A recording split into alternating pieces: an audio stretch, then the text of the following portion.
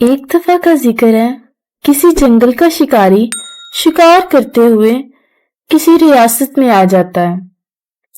اس ریاست میں ہر طرف خاموشی اور اداسی ہوتی ہے۔ پتہ لگانے پر اسے پتہ چلتا ہے کہ پہاڑ پر ایک 3 منہ والا ڈریگن رہتا ہے اور کل اس ڈریگن نے شہزادی کو کھا جانا ہے۔ اگر شہزادی اس ڈریگن کے پاس نہ گئی تو وہ یہ خطرناک ڈریگن پوری دنیا کو تباہ کر دے گا۔ بڑے بڑے بہادروں نے اس ڈریگن کو مارنے کی کوشش کی، لیکن سب ناکام ہو گئے۔ شکاری نے ڈریگن کو مارنے کا ارادہ کیا، لیکن ڈریگن کے پاس جانے سے پہلے اس نے نماز پڑھ کر اللہ سے دعا کی اور پھر شکاری اپنے سفر پر روانہ ہو گیا۔ راستے میں اسے ایک خاص قسم کی تلوار نظر آتی ہے۔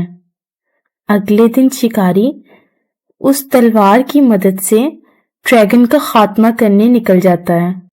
راستے میں وہ دیکھتا ہے کہ شہزادی اس ڈریگن کے پاس روتی ہوئی جا رہی ہوتی ہے۔ شکاری اسے روک لیتا ہے اور خود چلا جاتا ہے۔ ڈریگن کے پاس جا کر شکاری اپنی خاص تلوار سے اس کے تینوں سر کاٹ دیتا ہے۔ اس کی تینوں زبانیں بھی ساتھ کٹ جاتی ہیں۔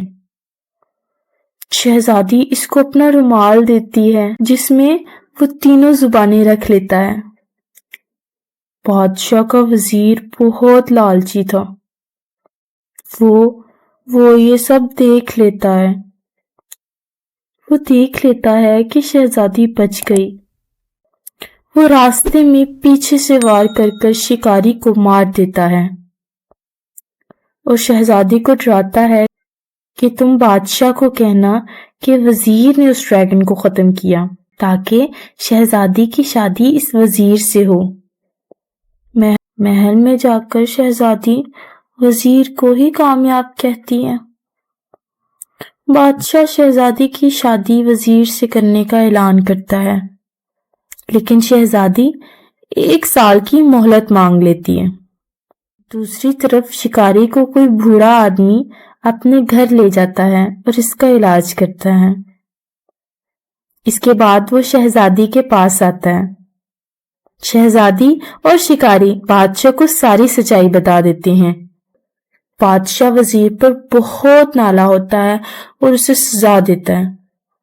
بادشاہ اپنی بیٹی کی شادی اس شکاری سے کروا دیتا ہے اور سب ہنسی خوشی رہتے ہیں۔